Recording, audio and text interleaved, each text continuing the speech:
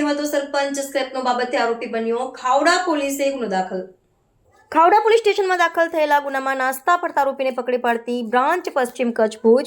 આરોપી ઇશાક નૂર મોહમ્મદ સમારહે ખાવડાવાળા તથા એના માણસો ગાડી તથા એક ટ્રક વડે અદાણી કંપની આરી પાર્ક અંદર કોઈપણ પૂર્વ મંજૂરી વગર કંપની અંદર ગેરકાયદેસર પ્રવેશ કરીને અંદર પડેલ સ્ક્રેપ ઉપરોક્ત ટ્રક નંબરવાળીમાં લોડ કરતા હોય, જે અંગે આ કામના ફરિયાદી તથા સાહેદો આરોપીઓ પાસેથી સ્ક્રેપ ભરવા અંગે એનએનસી સ્ટીલ કંપનીના મંજૂરી લેટરની માંગણી કરતા આરોપી ઇશાક સમાએ ફરિયાદી તથા સાહેદોને ગાળાગાળી કરીને કહેલ કે જો માલ ઉપાડવા નહીં દો તો મારા માણસો તમારા ટાટિયા ભાંગી નાખશે તેવી ધમકી આપેલ અને તે માણસોએ લાકડાના ધોકા તથા લોખંડના પાઇપો બતાવીને ઉપરોક્ત ટ્રકમાં બળજબરીથી સ્ક્રેપ લોડ કરી રવાના થયેલ અને ભૂંડી ગાળો આપીને ગેટમાંથી બળજબરીપૂર્વક ઉપરોક્ત ટ્રકમાં સ્ક્રેપ લઈ જઈને કોઈપણ જાતના નાણાંની ચૂકવણી નહીં કરી ગુનો કરેલ છે. બાબતે ખાવડા પોલીસ સ્ટેશનમાં ગુનો દાખલ કરેલ.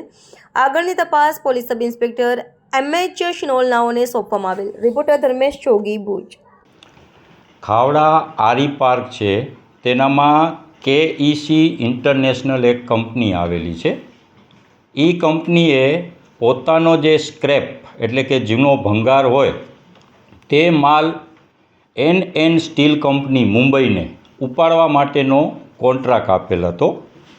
એ કોન્ટ્રાક્ટ અનુસંધાને અહીંયાના લોકલ જે ખાવડા વિસ્તારના કોટડા ગામના ઇશાક નૂર મોહમ્મદ સમા કે જેઓ એન સ્ટીલ કંપની તરફથી એને કોઈ પણ પ્રકારનું ઓથોરાઇઝ લેટર આપેલ ન હોવા છતાં આરઈ પાર્કની જે કેઈસી ઇન્ટરનેશનલ કંપની છે એમાં ઓક્ટોબર 2010ના 11/10/2025ના પોતાના માણસોને લઈ અને કંપનીના જે એડમિન વિભાગના અધિકારી હતા એમને એવું કીધું કે ભાઈ અમારે આ સ્ક્રેપ ઉપાડી જવાનો છે.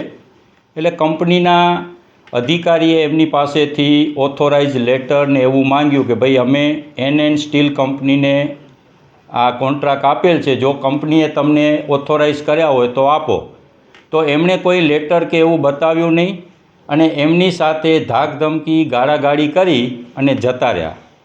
બીજા દિવસે એટલે કે 12/10/2025ના તેઓ એક ટેમ્પો, એક કાળા કલરની સ્કોર્પિયો અને 4 થી 5 માણસોને લઈ અને બળજબરીપૂર્વક કંપનીમાં એન્ટર થઈ અને જે માલ પડ્યો હતો એ માલ ભરતા હતા.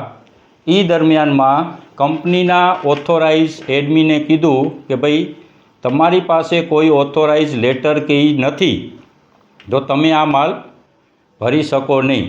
પણ તેમને ધાકધમકી કરી અને એવું કીધું કે કંપનીએ અમને ફોન ઉપર આ માલ ઉપાડવાનું કીધું છે.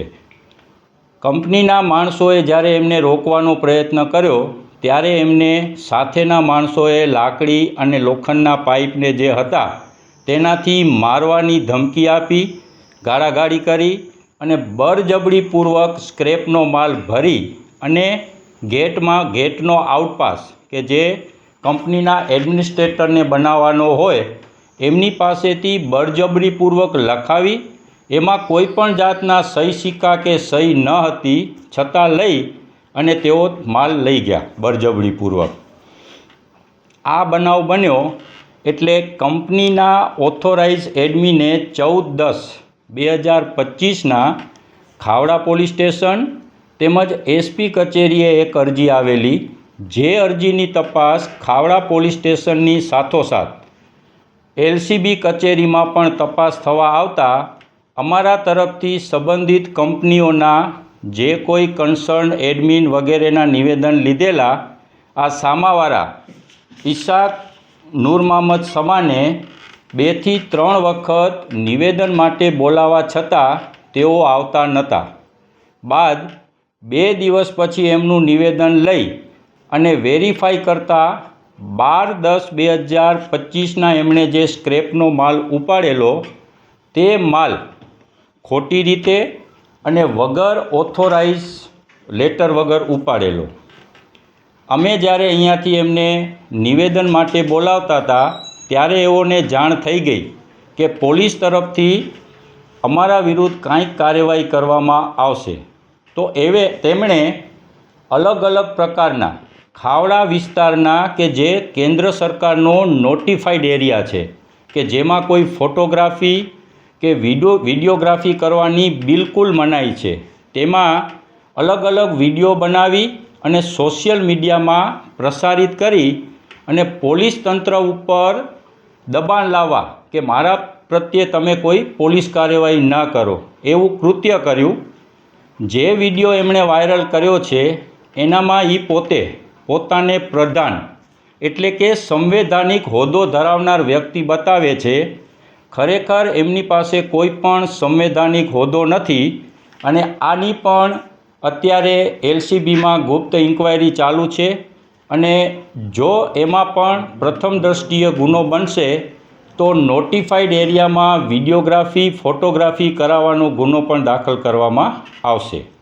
સાહેબ એના અગાઉ પણ ચીટિંગની ફરિયાદ થયેલી કંપનીના ઓથોરાઇઝ્ડ અધિકારીએ ગઈકાલે ખાવડા પોલીસ સ્ટેશનમાં જે આ સ્ક્રેપનો માલ બળજબરીપૂર્વક ઉપાડી અને લઈ ગયા તે અનુસંધાને તેમના વિરુદ્ધ ગુનો દાખલ કરવામાં આવેલ છે.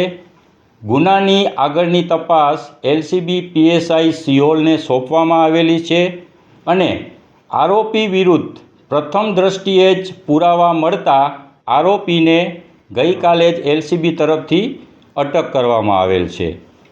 ઇશાક નૂર મોહમ્મદ સમા કે જે ભૂતકાળમાં પણ ગુનાહિત ઇતિહાસ ધરાવે છે તેના વિરુદ્ધ ઉત્તર પ્રદેશ રાજ્યમાં એક ચીટિંગનો ગુનો દાખલ થયેલો છે જેનામાં એ 6 થી 8 મહિના જેલમાં રહેલા.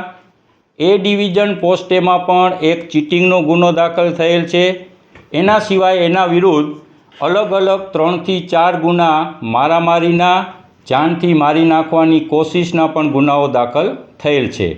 આ આરોપી ગુનાહિત ઇતિહાસ ધરાવતો હોય અને તેને જાણ હતી કે પોલીસ મારા વિરુદ્ધ કાર્યવાહી કરશે એટલે પોલીસ તંત્ર ઉપર દબાણ લાવવા જેણે અલગ અલગ વિડીયો પ્રસારિત કરેલ હતા.